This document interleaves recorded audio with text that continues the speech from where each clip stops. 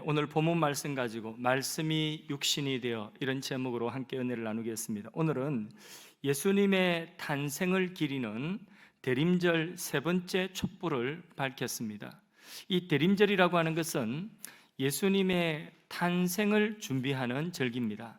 그래서 이 대림절의 주제는 주인공은 예수님입니다. 그런데 오늘 교회력으로 보면 교회력으로 성서주일입니다. 성경주일입니다. 그러니까 예수님이라고 하는 이 주제와 성경, 말씀이라고 하는 이 주제가 두 가지 주제인데, 예수님과 말씀 두 가지 주제인데, 이 두 가지가 하나의 주제가 되는 말씀의 본문이 오늘 본문의 말씀이에요. 말씀이 육신이 되어. 그래서 이 본문을 선택을 했고 오늘 말씀을 함께 나눠보도록 하겠습니다. 첫 번째로 말씀이 육신이 되어 오신 분이 예수님이랍니다. 요한복음 1장 1절을 합독하십니다. 태초에 말씀이 계시니라. 이 말씀이 하나님과 함께 계셨으니 이 말씀은 곧 하나님이시니라. 아멘. 여기 태초에 계신 말씀은 단순한 메시지가 아니에요. 단순한 메시지가 아니라 곧 하나님이시다. 그래서 영어 성경에 이 말씀이 곧 하나님이시다 할 때에 이 말씀을 it이라고 그렇게 대명사를 받지 않고 he라고 대명사를 받았어요. 그분으로. 그래서 it is God이 아니라 he is God으로 그렇게 표현을 했습니다. 이 말씀은 성육화되어진 인격이신 하나님이십니다. 그래서 단순한 메시지 이상의 인격이신 하나님이심을 말씀하고 있는 것입니다. 예수님은 태초부터 계신 말씀, 하나님이신 말씀, 이분이 육신을 입고 오신 하나님이 바로 예수님이신 것입니다. 오늘 우리가 듣는 이 말씀도, 우리에게 하나님 찾아오신 그 말씀도 우리가 단순히 지식적인 콘텐츠 하나로 이해하면 안 되는 것입니다. 바로 이 말씀 속에 하나님의 임재가 있는 것입니다. 하나님이 어디 계시냐고 오늘 묻는 분들도 있습니다. 그렇게 묻지 마십시오. 내게 찾아온 말씀, 내 가슴 속에 내 귀에 들려진 그 말씀이 곧 하나님이 인격이 담긴, 하나님이 우리에게 찾아오신 하나님의 임재인 것을 믿으시기를 바랍니다. 여러분, 질문하겠습니다. 항상 설교하면서 제가 서두에도 질문하고 마칠 때도 질문을 주로 하는 편입니다. 자, 서두에 하는 질문. 자, 질문. 마태, 마가, 누가, 이 네 분이 복음서를 기록, 이 복음서가 사복음서라고 합니다. 예수님의 행적을 기록한 그 복음서, 마태, 마가, 누가, 요한이 기록했습니다. 자, 이제 질문입니다. 사복음서 모두 예수님을 말씀이 육신이 되어 오신 분으로 기록하고 있다. OX. 자, X 손 들어 보십시오. 예, 손 내리시고 O 손 들어 보십시오. 예, O. 3부 예배는 정보가 흘러갔나 봅니다. 1, 2부는 저는 다 틀리셨는데 3부 예배는 저는 다 맞으신 것 같습니다. 예, 맞습니다. 사복음서 모두가 다 예수님을 말씀이 육신이 되어 오신 분이라고 소개하는 것이 아니에요. 오직 요한만이 예수님을 말씀이 육신이 되어 오신 분으로 소개하고 있습니다. 자, 또 하나 질문. 그 이유가 있는데 또 하나 질문하고. 자, 요한이 기록한 성경은 어떤 성경이 있습니까? 요한복음, 또 요한 1, 2, 3서, 또 요한계시록. 다른 사도들이 이미 순교를 다 했습니다. 일찍 다른 사도들은 순교를 하고 AD 95년 이상까지 생존하신 마지막 오리지널 예수님의 제자, 마지막 사도가 이 요한이었습니다. 그러니까 수십 년, 다른 사도들이 순교하고 난 이후에 수십 년 동안 생존하신 분이 바로 사도 요한이었습니다. 그런데 이 사도 요한이 살아생전에 이제 마지막 순간이 되기 전에 복음서를 기록하기 그 시점에 초대교회가 사도들을 통하여서 세워졌는데 그 초대교회에 심각한 이단이 들어와서 도전을 하고 있는 거예요. 그 심각한 이단이 무엇이냐? 첫째가 영지주의라고 하는 것입니다. 근호시즘이라고 하는데, 이 영지주의라고 하는 것은 뭐냐면 인간의 눈에 보이는 건 다 악하다는 거예요. 그래서 인간의 육체도 무조건 악하다는 거예요. 그래서 하나님이, 말씀이 이 세상에 사람의 몸을 입고 올 리가 없다. 하나님이 어떻게 인간의 더러운 몸을 입고 오시느냐? 그럴 수가 없다. 그래서 예수님의 인성을 거부하는 것입니다. 예수님의 성육신을 거부하는 이단이 이 영지주의였습니다. 어떻게 하나님이 우리처럼 먹고, 우리처럼 비빔밥 먹고 나물 같은 거 먹고 그런 천한 음식을 먹고 어떻게 하나님이 화장실을 가냔 말이에요. 그럴 수가 없다는 거예요. 거룩하신 분이.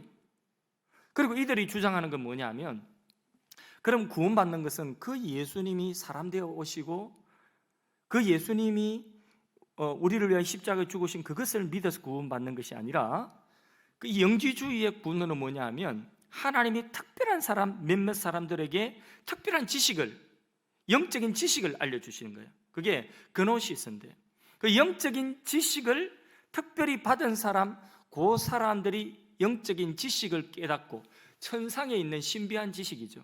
그 신비한 지식을 깨닫고 그것을 깨달은 사람이 구원을 받는다는 거죠. 그게 영지주의라고 하는 이단이었습니다.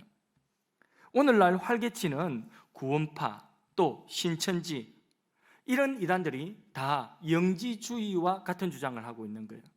그런 아류예요.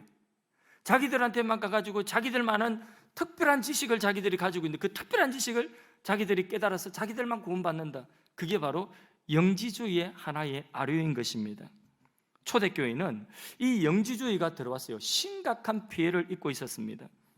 그때에 마지막 사도의 권위를 가진 요한, 이 요한은 예수님을 직접 보고 들은 분이에요. 원제자예요. 이분도 이제는 얼마 살지를 못하십니다. 연로합니다. 그런데 이 요한 사도가 책임감이 있어요. 이런 영지주의의 도전에 대해서 요한복음을 늦게 기록하면서, 맨 마지막에 기록하면서 요한복음에서, 요한문헌에서 예수님을 바로 말씀이 육신이 되어 오신 분이다, 하나님이 사람 몸을 입고 오신 분이다 하고 그렇게 분명하게 선포하고 있는 것입니다. 또요, 초대교회를 뒤흔들어 놓는 이단이 하나가 더 있습니다. 두 번째 이단이 있는, 그게 뭐냐면 아리우스라고 하는 사람이 있었는데, 이 아리우스의 주장을 따르는 아리우스파가 있습니다. 이들은 거꾸로 예수님의 신성을 거부했어요. 영주주의는 예수님의 인성을 거부했다면, 이 사람들은 예수님의 신성을 거부했어요. 그래서 예수님도 우리와 같은 사람 또는 천사와 같은 피조물이라는 거예요. 영원하지도 않고 전능하지도 않다. 이것은 훗날 여호와의 증인, 오늘날 여호와의 증인과 같은 그런 이단의 핵심 교리가 되기도 합니다. 그리고 19세기 독일에서 일어난 자유주의 신학, 인간의 이성을 신봉하는 자유주의 신학도 이 아리우스주의를 계승하여서 예수님은 하나님이 성육신하신 것이 아니라, 말씀이 육신이 되어 오신 것이 아니라 위대한 도덕적인 서성에 불과하고, 그분의 가르침과 그분의 인격이 너무 고상하고 그분의 그 생애가 너무나 고상하기 때문에, 그래서 그분이 죽고 난 이후에 이분을 하나님의 아들로 인정해 줬다는 거예요. 신으로 추앙되어진 것이지 하나님이 된 것이지 원래 하나님이신 것이 아니라는 것입니다. 그러니까 being, 하나님이신 것이 아니라 이게 become, 하나님이 되셨다는 거예요. 그렇게 이 하나님의, 예수님이 이 땅에 오셔서 예수님의 그 신성을 부인하는 아리우스 이단이 또 있었던 것입니다. 그런데 성경은 분명히 말씀하고 있습니다. 요한은 분명히 요한복음을 기록하면서 이 부분에 대해서 딱 짚고 있습니다. 요한복음 1장 1절 하반절에 이 말씀, 곧 예수님은 곧 하나님이시니라. 아멘. 이게 우리가 첫 번째 오늘 깨달은, 예수님은 하나님이시면서 예수님은 사람이 되셨다는 것입니다. 할렐루야. 하나님이자 사람이신 분이 예수님이신 것입니다. 두 번째, 말씀이 육신이 되어 오신 예수님은 천하 만물의 창조주가 되신다는 것입니다. 요한복음 1장 2절에서 3절 요한이 선포하고 있는 그 선포의 말씀을 함께 선포하면서 큰 목소리로 읽어보겠습니다. 그가 태초에 하나님과 함께 계셨고 만물이 그로 말미암아 지은 바 되었으니 지은 것이 하나도 그가 없이 된 것은 없느니라. 아멘. 여기 만물이 그로 말미암아 지은 바 되었다. 다시 말해서 예수님은 만물의 창조자가 되신다는 것입니다. 히브리서 1장 2절에도 같은 말씀하고 있습니다. 한번 읽어볼까요? 이 모든 날 마지막에는 아들을 통하여, 그 아들이 누구예요? 예수님이죠. 예수님을 통하여 우리에게 뭐 하셨다고요? 말씀하셨으니, 아들을 통하여 말씀하셨다. 하나님의 말씀이, 선포되어진 말씀이 곧 누구라고요? 아들이라는 것입니다. 말씀이 육신이 되어 오신 것이라는 것입니다. 그 하반절도 읽어봅니다. 이 아들을 만유의 상속자로 세우시고 또 그로 말미암아 모든 세계를 지으셨느니라. 아멘. 창세기 1장에 보면 하나님이 태초에 천지를 만물을 창조하실 때에 뭘로 창조하셨어요? 말씀으로. 요한복음 1장에 뭐라고 말씀하고 있습니까? 그 예수님이 바로 창조의 말씀이다. 이렇게 선포하고 있습니다. 예수님이 없이는 이 세상 만물 지어진 것이 하나도 없다. 거꾸로 모든 만물을 예수님의 솜씨로 창조하셨다. 설악산의 울산바위도 예수님의 솜씨다. 성산 일출봉도 예수님의 솜씨다. 또 뭐 있습니까? 독도도 예수님의 솜씨다. 독도는 한국 땅이다. 그렇게 모든 만물이 예수님으로 말미암아, 말씀으로 말미암아 지어졌다는 것입니다. 예수님은 역사 속에 어느 한 시점에 오셨다가 사라지신 분이 아니에요. 예수님은 역사의 시작이 되시며 역사의 마침이 되시며 역사의 주인이 되시는 것입니다. 예수님이 말씀으로 온 천지를 창조하실 때에 그 창조의 순간 역사는 시작되었고, 예수님이 다시 오실 그때에 역사는 마감되는 역사의 주인 되시는 것입니다. 그 역사 속에 있는 모든 존재가 예수님으로 말미암아 지음받았다는 것을 선포하고 있는 것입니다. 나도 예수님이 창조하신 피조물인 것입니다. 그래서 나를 지으신 예수님께서는 나를 누구보다도 더 잘 알고 계십니다. 나보다도 나를 더 잘 알고 계십니다. 그래서 우리 인생을 알고 싶습니까? 나는 어디로 와서 어디로 가며 무엇을 하며 살아야 되는 것을 알고 싶습니까? 그러면 예수님을 믿으십시오. 예수님을 알고 예수님을 믿으면 내가 어떤 사람인지, 내가 역사 속에서 무엇을 하며 살아야 될 것인지 우리는 깨닫게 되는 것입니다. 세 번째 진리입니다. 그 예수님이 우리 가운데 찾아오신 것은, 말씀이 육신이 되신 것은 우리와 함께 사시기 위하여 오셨다는 것입니다. 그게 세 번째 진리인 것입니다. 요한복음 1장 14절 말씀도 합독해서 읽어보겠습니다. 말씀이 육신이 되어 우리 가운데 거하심에 우리가 그의 영광을 보니 아버지의 독생자의 영광이요 은혜와 진리가 충만하더라. 아멘. 예수님은 사람들이 보고 사람들이 듣고 사람들이 만질 수 있는 하나님으로 찾아오신 것입니다. 말씀이 육신이 되어 오신 이유가 사람들 가운데 거하시면서 보고 듣고 만질 수 있는 하나님으로 찾아오셨다는 것입니다. 요한은 요한일서 1장 1절에 이렇게 말씀하고 있습니다. 합독해서 읽어볼까요? 태초부터 있는 생명의 말씀에 관하여는, 누구에 관하여? 생명의 말씀, 곧 태초부터 있는 예수님에 관하여는 읽습니다. 우리가 들은 바요 눈으로 본 바요 자세히 보고 우리 손으로 만진 바니라. 아멘. 요한을 비롯한 예수님의 제자들과 예수님 당시에 많은 사람들이 예수님이 전하시는 말씀을 귀로 들었고, 예수님을 눈으로 보았고, 예수님을 만졌고, 예수님을 경험한 사람들은 나음을 입었고 구원을 받았고 회복이 되었습니다. 예수님 하나님의 능력을 체험하였던 것입니다. 도마도 부활하신 예수님의 손에 못자국을 보았고 옆구리에 창자국을 손으로 만져보았습니다. 이렇게 보고 듣고 만질 수 있는 하나님으로 찾아오셨다는 것입니다. 오늘 우리도요, 하나님의 말씀을 우리가 들을 때에 그 말씀을 읽고 그 말씀을 듣고 묵상하고 그 말씀에 우리의 삶을 맡길 때에 우리는 그분의 생각을 알 수 있고 그분을 느낄 수가 있고 그분의 사랑을 우리가 깨닫고 그리고 우리가 그분의 말씀대로 순종하며 나갈 때에 그분의 능력과 인격을 체험하게 되는 것입니다. 우리는 하나님을 경험하게 되는 것입니다. 하나님을 어떻게 우리가 경험할까요? 이 내게 찾아오신 그 말씀을 믿고 신뢰하며 따라갈 때에 그때에 그 걸어가는 걸음 속에 하나님이 나와 함께 하심을 체험하는 것입니다. 그래서 누구든지 생명의 말씀으로 찾아오신 그 예수님을 마음에 믿고 영접할 때에 그는 영원한 생명을 누리게 되는 것입니다. 이 땅 100년도 다 못 사는 그 생명, 그는 동물적인 생명이에요.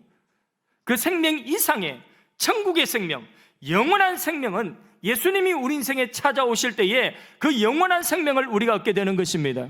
그리고 그 생명과 함께 이 땅에 살아가는 모든 삶이 더욱더 충만해지고 풍성해진다고 약속하고 있습니다. 그런데 여기 말씀을 보니까 말씀이 육신이 되어 우리 가운데 뭐 하셨다고요? 거하셨다, 거주하시고 계시다는 거예요. 함께 사신다는 것입니다. 그렇게 하기 위해서 예수님이 이 땅에 오신 것입니다. 말씀이 이 땅에 육신이 되어 오신 것입니다. 이스라엘 백성들이 40년 동안에 광야에서 다니는 동안에 그들 가운데 천막을 쳐서 성막을 치고 거기에 그 천한 그 낮고 천한 천막 속에 하나님이 오셔서 이스라엘 백성과 함께 거주하셨어요. 그리고 그들을 보호하시고 그들의 삶을 광야에서 인도하여 주셨어요. 가나안까지 인도하여 주셨어요. 이와 같이 우리가 찾아온 말씀을 우리 안에 모시고 우리가 말씀을 가지고 가정으로 나가면 가정에, 여러분의 가정에 하나님이 거하시는 거처가 되는 것입니다. 그 말씀을 가지고 학교에 가면 여러분의 학교 속에 하나님이 함께 가시는 것입니다. 그 말씀을 가지고 일터와 삶의 현장 가운데 가면 그 현장 속에 하나님이 함께 가시는 것입니다. 내가 정말 만나기 싫은 사람, 정말 만나기 두려운 사람, 그 사람을 오늘 만나야만 할 때에 그 사람을 만나러 가는 그 자리에 하나님이 나와 함께 하시는 것입니다. 말씀을 내가 모시고 가면 하나님이 나와 함께 하시는 것입니다. 오늘 나의 형편, 나의 삶의 역경이 문 앞에 딱 가로막혀져 있는 벽과 같은 그런 현실이라 할지라도 하나님의 말씀을 내가 품고 나아가면 그 벽과 같은 그 현실의 장벽이 허물어지는 것입니다. 여리고 성이 허물어진 것처럼 허물어지는 줄로 믿습니다. 젊은이들이여, 여러분 앞에 장벽이 막혀 있습니까? 앞으로도 못 가고 뒤로도 못 가는 그런 홍해 바다와 같은 그런 장벽이 있습니까? 여러분들이 말씀을 품고 나아갈 때에 가로막혀져 있는 홍해 바다와 같은 것이 열려지고 하나님이 열어놓으신 새 길이 여러분들 앞에 열려질 줄로 믿습니다. 어떤 자에게? 하나님의 말씀을 가진 자가 가는 곳마다 하나님이 함께 거주하신다는 것입니다. 할렐루야. 네 번째 진리입니다. 말씀이신 예수님은 우리 안에 거하시면서 우리의 삶을 변화시킵니다. 가만히 내버려 두지 않는 거예요. 우리를 변화시킵니다. 그래서 하나님의 말씀 요한복음 17장 17절로 넘어가서 한번 읽어보겠습니다. 그들을 진리로 거룩하게 하옵소서. 아버지의 말씀은 진리니이다. 하나님의 말씀, 진리 같은 말씀이죠, 그죠? 말씀이 우리에게 오면 우리를 거룩하게 만들어준다는 거죠. 교회가 세상과 다른 것을 거룩이라고 해요. 우리 신앙인이 세상 사람들과 다르게 사는 것을 거룩이라고 합니다. 어떻게 우리가 다르게 살 수 있을까요? 어떻게 교회가 세상과 구별되어질 수 있을까요? 어떻게 거룩할 수 있을까요? 여기 말씀하고 있죠. 17장 17절에 무엇으로? 진리, 곧 하나님의 말씀으로 우리가 거룩함을 잊는다는 것입니다. 말씀은요, 우리의 삶을 변화시켜요. 그래서요, 우리의 생각, 우리의 지성의 변화가 일어나는 것입니다. 그리고 우리의 감정을 하나님의 말씀으로 정화시키는 것입니다. 세상과 다른 거룩한 생각을 품게 하시고 소원을 품게 하시고 그게 꿈이 되게 하시고 그리고 세상 사람들이 말하는 언어가 아닌 다른 언어를 선포하게 하시고 그리고 다른 삶의 습관을 가지게 하시는 거예요. 무엇이? 하나님의 말씀이. 여러분, 어떤 분은 신앙을 너무 추상적으로 생각하는 거예요. 그래서 교회 다닌 지가 몇 년이 지났는데도 여전히 내가 구원을 받았나, 구원을 받지 못했나, 이렇게 계속 의심하는 분들이 있습니다. 그러나 잘 들으십시오. 자기도 모르는 사이에 내가 하나님의 말씀을 따라 행하고 있어요. 요것만큼이라도 말씀을 따라 행하고 있어요. 그렇다면 하나님의 자녀가 된 증거예요. 그게 하나님을 더 깊이 예배하고 싶은 마음이 있어요. 비록 피곤해서 야간 근무하고 스케줄 근무하고 몸이 피곤해서 예배 시간에 와서 잠깐 졸기도 하지만은, 그러나 내 마음속에는 더 예배를 잘 드리고 싶은 그런 갈망이 있어요. 그런 소원이 있어요. 예배를 좀 더 잘 드리고 싶은데, 이런 소원이 생겨요. 그리고 나는 그렇게 살지 못하지만은 내가 저분을 보니까 나도 저렇게 신앙생활 좀 해봐야 되겠구나, 저런 신앙을 내가 가져야 될 텐데 하고, 그런 소망이 내게 있어요. 그런 소원이 내게 있어요. 지금 내가 그렇게 다 살지 못한다 할지라도 내게 그런 소원이 막 생기는 거예요. 하나님을 좀 섬기고 싶은데, 하나님을 잘 섬기고 싶은데, 근데 나는 지금 거기에 미치지 못하지만은 그런 소원이 내게 있어요. 이게 뭐냐? 내 삶의 방향이 바뀐 거예요. 내 인생의 방향이 바뀐 거예요. 이 인생의 방향이 이쪽으로 가다가 이쪽으로 하나님께로 가는 것, 세상으로 가다가 하나님께로 내 인생의 방향이 바뀐 거예요. 이렇게 방향이 턴한 것은, 그것은 내 의지가 대단해서가 아니에요. 내 종교심이 대단한 것도 아닌 것입니다. 그것은 나의 의지로 될 수 있는 것이 아니에요. 이미 내 속에 하나님의 말씀이 와서 나의 인생의 방향을 바꾸어 놓은 것입니다. 고민하지 마십시오. 여러분은 하나님의 자녀가 된 것입니다. 그런 것이 있는 사람은 바로 하나님의 자녀된 증거인 것입니다. 말씀이 우리 안에 들어오신 것입니다. 이 말씀이 올 때에 예수님의 인격, 하나님의 임재가 함께 들어온 것입니다. 그러나 우리의 삶에서 만약 하나님의 말씀이 없어요, 하나님의 말씀이 하나도 없어요, 그러면 우리의 삶의 방향성을 잃어버리게 되는 것입니다. 여러분, 삶의 방향을 잃어버리면 어떤 일이 생기는 줄 아십니까? 어떤 일이 생길까요? 각자 자기 생각에 옳은 대로 행할 수밖에 없어요. 좋게 말하면 소신껏 행하는 것이고, 좀 심하게 말하면 지 마음대로 사는 것입니다. 50명이 지 마음대로 내가 오라 하고 산다면 세상은 어떻게 될까요?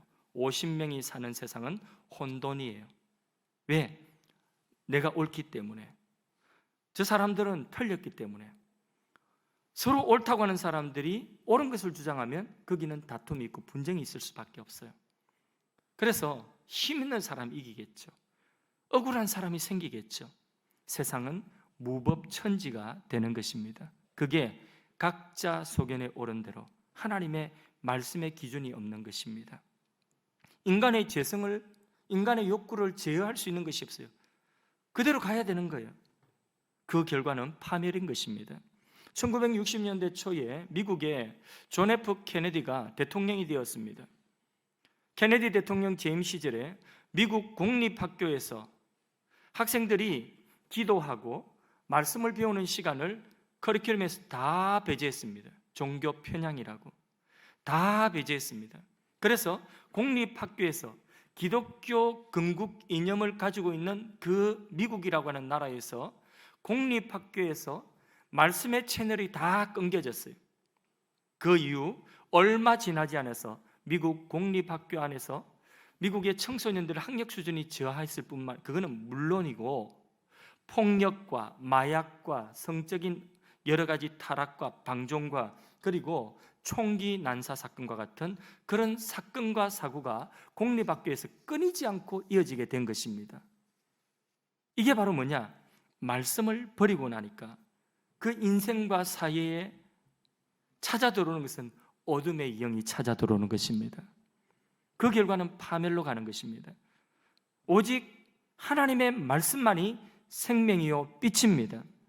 요한복음 1장 4절, 오늘 읽은 본문 1장 4절을 한번 읽어봅니다. 그 안에 뭐가 있다고요? 생명이 있다. 이 생명은 사람들이 뭐라고요? 빛이다, 빛. 이 빛이 임해 어둠이 물러가는 것입니다.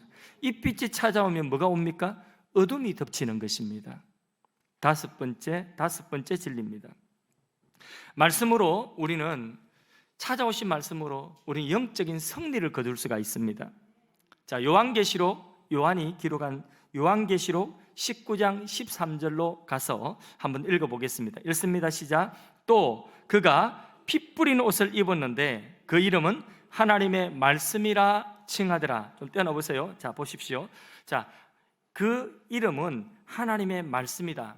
자, 하나님의 말씀이 곧 누구라고요? 예수님. 말씀이 계셨는데 그 말씀은 하나님이시고 이 땅에 육신을 입고 오신 예수님이시다. 근데 자, 이 하나님의 말씀, 예수님이 입고 있는 옷이 있습니다. 뭐라고 기록하고 있죠? 다시 한번 띄워주세요. 본문. 예, 본문. 어떤 옷을 입고 있습니까? 피 뿌린 옷을 말씀이 입고 있다 했습니다. 예, 하나님의 말씀이 곧 예수님이 피 뿌린 옷을 입고 있다고 했습니다. 그러면 제가 여기서 질문을 또 하나 더 드리겠습니다. 자, 잘 들어보십시오. 여기에 예수님이 입고 있는 이 옷, 하나님의 말씀이 입고 있는 이 옷에 피가 묻어 있어요. 이 피는 무슨 피일까요? 주관식은 좀 어려울 것 같아서 자, 양자택일입니다. 쉽게. 첫째, 예수님이 십자가에 설리신 피다. 둘째, 원수들의 피다. 1번 손 들어보세요. 십자가에 설린 피. 1번 손 내리시고 2번 손 들어보세요. 자, 그래서 마지막까지 들으시고 집으로 돌아가시는 것입니다. 너무 기분 좋아요, 저는. 이 피는 말씀이신 예수님께서 이 세상에서 우리를 대신하여서 원수들과 싸워서 원수를 대적하여서 원수를 이기시고 승리한 장수의 옷에 묻은 원수의 피라는 거예요. 그래서 원수들을 이기신 그 승리의 상징을 요한계시록 19장 13절에는 바로 피 뿌린 옷을 입었다, 승리의 상징으로 그렇게 말씀하고 있는 것입니다. 그래서 예수님께서 말씀으로 승리하신 그 승리가, 예수님이 원수들을 이기신 그 이김이 오늘 우리도 주님의 말씀을 붙들고 나갈 때에 승리하신 주님이 우리와 함께 하셔서 우리도 원수들을 이기는 것입니다. 여러분 지금 어떤 싸움 싸우고 있습니까? 여러분이 싸우고 있는 그 싸움이 바로 영적인 전쟁입니다. 그 영적인 전쟁에서 싸워 이길 수 있는 무기가 있습니다. 에베소서 6장에 보면 우리가 무장해야 되는 영적 무장, 하나님의 전신갑주 중에서 공격형 무기가 딱 한 가지 있어요. 그게 성령의 금, 곧 뭐라고요? 하나님의 말씀입니다.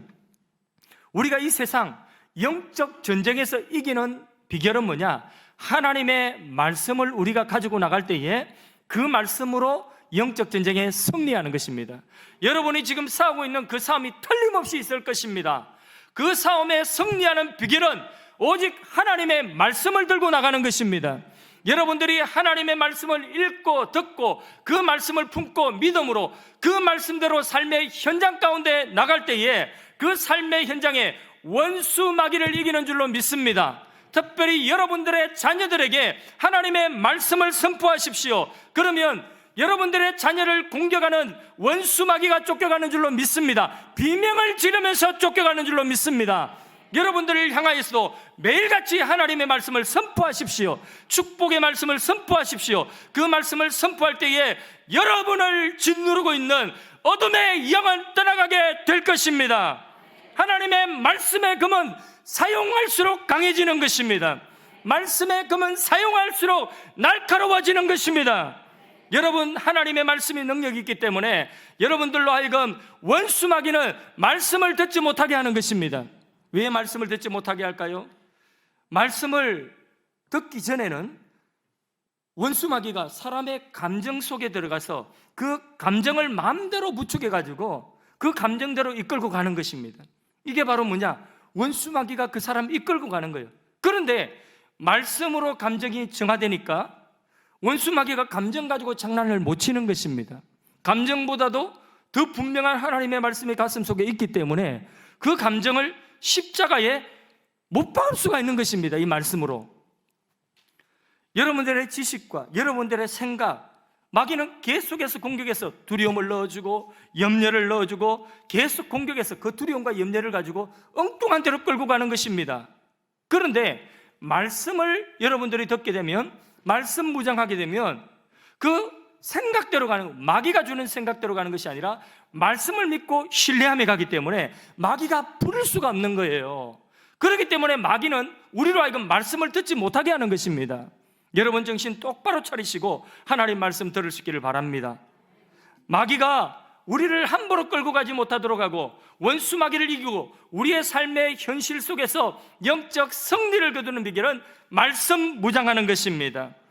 우리가 말씀을 의지하고 살아가는 것을 마귀는 싫어합니다. 싫어하는 것이 아니라 두려워합니다. 여러분, 어떤 교회를 마귀가 두려워할까요? 교인 많은, 숫자 많은 그 교회를 마귀가 두려워하는 것이 아니라 말씀으로 무장된 교회를 원수는 두려워하는 것입니다. 마귀 사단은 교회에 오래된 사람, 직분이 높은 사람, 직분을 가진 사람을 두려워하는 것이 아니라 장로 권사를 두려워하고 목사를 두려워하는 것이 아니라 말씀으로 무장된 그 신앙을 두려워하는 것입니다. 여러분, 그러므로 우리가 하나님 말씀을 듣고 하나님의 말씀을 읽으시고 암송도 하시고 그 말씀 묵상하시며 말씀을 붙들고 나가십시오. 말씀을 붙들고 선포하십시오. 자녀의 가정의 삶의 현장 속에 반드시 말씀이 성취되어지는 승리를 보게 될 줄로 믿습니다. 마지막입니다. 6번째로, 말씀은 하나님이 주신 최고의 선물인 것입니다. 요한복음 17장 14절 말씀을 합독하시겠습니다.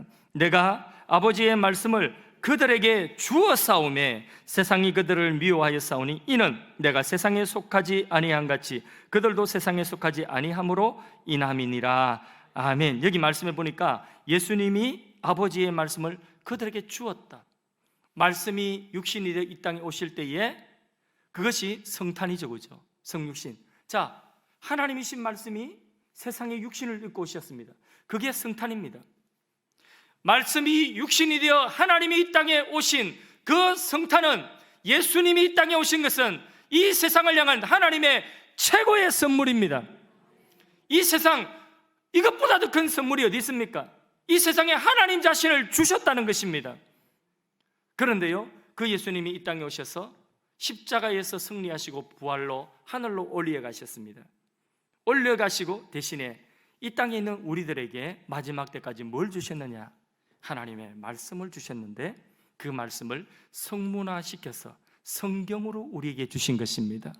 그래서 우리가 가지고 있는 이 성경은, 우리가 듣고 있는 이 하나님의 말씀은 하나님이 우리에게 주신 최고의 선물인 것입니다. 가장 큰 선물은 하나님의 말씀인 것입니다. 내 인생의 고비마다 꼭 필요한 말씀을 하나님이 주셨습니다. 능력과 축복이 되게 하셨습니다. 그때 하나님이 내 인생에 주시는 그 말씀이 어쩜 그렇게 맞춤형 말씀인지, 내가 말씀을 들을 때에, 내가 말씀을 읽을 때에 나를 아시고 나의 형편을 정확하게 깨뜨려 보시는 그 하나님께서 말씀을 통하여서 어쩌면 그렇게 꼭 나에게 맞춤형 말씀이 들려지게 하시는지요. 여러분, 그런 경험 해봤습니까? 오늘 설교를 듣는데 이 말씀이 전부 내게 대한 말씀이에요. 내 이야기하는 것 같아요. 누가 목사님한테 내 이야기 일러줬나? 아니에요. 하나님이 듣는 모든 사람들 가운데서 어떤 사람에게는 지나쳐가는 말씀이지만은, 그러나 오늘 나에게는 이 말씀이 나의 속속들이를 다 드러내고 나의 패부까지도 어떤 때는 드러내고 책망하기도 하시며 회개케 하시며 나를 회개의 자리로 이끌어 가시고 나에게 그 회개 이후에 오는 시원한 기쁨을 주시는, 그게 바로 뭐냐? 하나님이 내게 주신 맞춤형 선물인 것입니다. 최고의 선물인 것입니다. 어떤 날은 말씀을 듣다 보니까 전부 내게 대한 말씀이에요. 그래서 말씀을 들을 때에 이건 내가 받아야 되는, 내게 약속의 말씀이에요. 내 형편과 어쩜 그렇게 꼭 맞아떨어지는지 이 말씀으로 내가 위로받고 이 말씀으로 다시 시작할 수 있는 용기가 생기는 것입니다. 이 말씀으로 막 소망이 생기고 꿈이 생기는 것입니다. 한번 도전해보고 싶은 그런 마음이 생기는 것입니다. 죽고 싶었던 사람이 너무나 지친 그 심령이 힘을 얻고 살아나는 것입니다. 이게 바로 뭐냐? 하나님이 말씀을 통하여 오늘 내게 최고의 선물을 주신 것입니다. 이런 말씀을 받는 사람은요, 그 말씀이 내 마음속에 뜨겁게 가슴속에 와닿을 때에 아멘 하면 하나님의 임재가 내게 온 것입니다. 그 말씀 붙들고 나가면 말씀대로 이루어집니다. 하나님을 경험하게 되는 것입니다. 어떤 때는 제가 설교하면서 설교하는 것이 이거는 내가 내 입으로 설교하는 것이 아니다, 하나님께서 입술에 말씀을 주셔서 선포하게 하시는 것이다, 이게 느껴질 때가 있어요. 그럴 때면 어김없이 예배 가운데서 어떤 누군가는 눈물을 흘리면서 그 마음과 그 삶을 하나님이 만지시고 회복시키는 것을 볼 수가 있었습니다. 말씀 속에 하나님과 예수님의 인격, 임재가 함께하기 때문인 것입니다. 저도 목사 안수를 받고 다음 날 이 영종도에 개척 목회를 처음 시작할 때에 올 때에 하나님께서 시편 66편의 말씀을 제게 주셨습니다. 하나님이 저에게 선물로 주신 거예요. 네가 물 가운데로 통과하고 불 가운데로 통과해서 나의 풍부한 곳에 이르게 하시리라는 말씀을 하나님이 제게 선물로 주셨어요. 그래서 목회하면서 힘들 때마다 또 포기하고 싶고 이 자리 벗어나서 좀 더 좋은 환경으로 가고 싶은 유혹이 생길 때마다 하나님이 이 말씀 붙들고 중심 잡고 계속하게 하셨어요. 그래서 이 말씀이 내게 능력이고 하나님이 이 말씀이 내게 주신 선물이에요. 우리 모두에게 이렇게 하나님은 말씀으로 소중한 여러분의 삶에 꼭 필요한 것을 선물로 주시는 줄로 믿으시길 바랍니다. 어떤 분은 여기 정말 돈이 절실하게 필요한 분이 있어요. 꼭 돈이 필요한 분이 있습니다. 어떤 분은 건강이 꼭 필요한 분이 있고, 어떤 분은 관계 회복이 꼭 필요한 분이 있고, 어떤 분은 용서의 마음이 꼭 필요한 분이 있습니다. 이런 여러 사람들의 마음 가운데 하나님은 오늘 한 가지 동일하게 말씀으로 여러분들에게 그 축복을 주실 것입니다. 말씀을 맺습니다. 하나님께서는 태초에 말씀으로 세상을 창조하셨습니다. 이제부터 한 문장 한 문장 제가 선포할 때, 결론으로 선포할 때마다 여러분이 아멘 하시면 좋겠습니다. 아멘 하셔서 여러분의 말씀으로 받으시기를 바랍니다. 그 말씀이 육신이 되어 오신 분이 예수님이십니다. 그 예수님이 말씀하시니 물이 변하여 포도주가 되었습니다. 거친 바다가 잠잠해졌습니다. 귀신과 병마가 쫓겨났습니다. 말씀 대신 예수님을 보고 듣고 믿는 자마다 살아나는 회복의 역사가 일어났습니다. 예수님은 말씀대로 십자가에 우리 죄를 대속하여 죽으셨습니다. 승리하셨습니다. 예수님은 부활하셔서 우리의 부활의 첫 번째 열매가 되셨습니다. 이제 그 예수님이 마지막 때에 우리로 하여금 이 세상에 특별한 최고의 선물을 주셨는데 바로 신구약 66권 성경 말씀을 선물로 주신 것입니다. 이 말씀을 우리가 믿고 이 말씀을 우리가 붙들고 우리의 삶에 나아갈 때에 우리의 인격이 예수님의 거룩하신과 같이 거룩함을 입게 될 줄로 믿습니다. 우리가 변화를 입게 될 줄로 믿습니다. 이 말씀을 붙들고 선포하며 나갈 때에 여러분의 삶에 억누리는 모든 어둠의 근세는 떠나갈 줄로 믿습니다. 자녀들에게 선포할 때에 선포된 그 말씀이 자녀들에게 축복의 말씀이 될 줄로 믿습니다. 자녀의 미래가 될 줄로 믿습니다. 여러분의 가정의 미래가 될 줄로 믿습니다. 여러분의 사업장과 일터에 하나님의 나라가 말씀대로 이루어질 줄로 믿습니다. 영적 전쟁에 승리하게 될 줄로 믿습니다. 말씀은 하나님이 내게 주신 최고의 선물인 것입니다. 우리 찬송 간장할까요? 찬송가 200장 찬송 간장하겠습니다.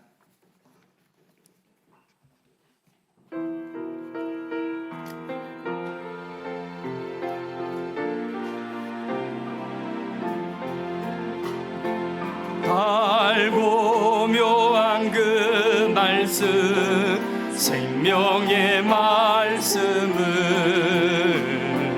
귀한 그 말씀 진실로 생명의 말씀이 나의 길과 믿음 밝히 보여주니 아름답고 귀한 말씀 생명샘이로다.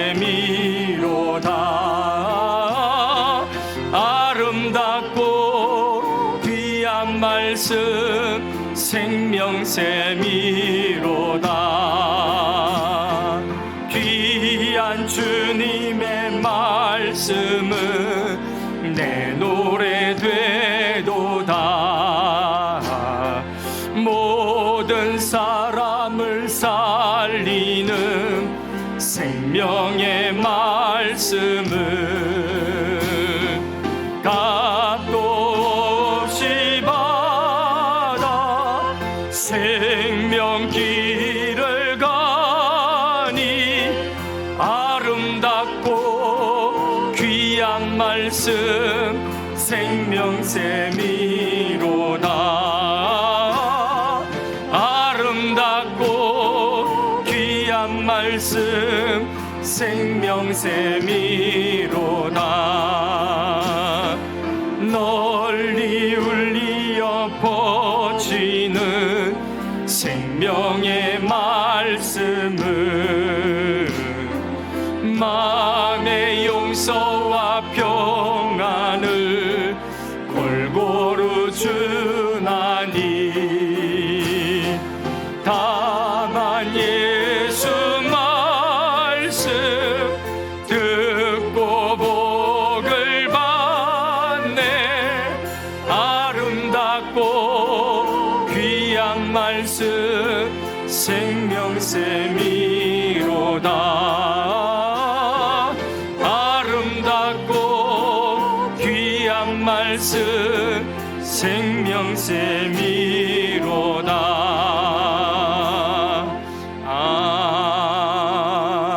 아멘. 오늘 말씀을 붙들고 여러분의 삶을 향하여서 하나님의 말씀을 선포하십시오. 여러분 자신을 향하여서 하나님 말씀을 선포하십시오. 가정을 향하여서, 혹 믿지 않은 가족이 있다면 그들을 향하여서 하나님 말씀을 선포하십시오. 이 세상을 향하여서도 하나님 말씀을 선포하시고, 이 지역 사이에 지난주부터 급속히 퍼지고 있는 코로나 바이러스 확산을 향하여서도 하나님의 말씀을 선포하여 하나님 차단하여 주십시오. 말씀으로, 예수 이름으로 이 모든 질병의 근세를 차단하여 주시옵소서. 우리 하나님 앞에 자신의 삶에 적용하면서 말씀을 선포하며 기도하기를 바랍니다. 다 같이 기도하겠습니다.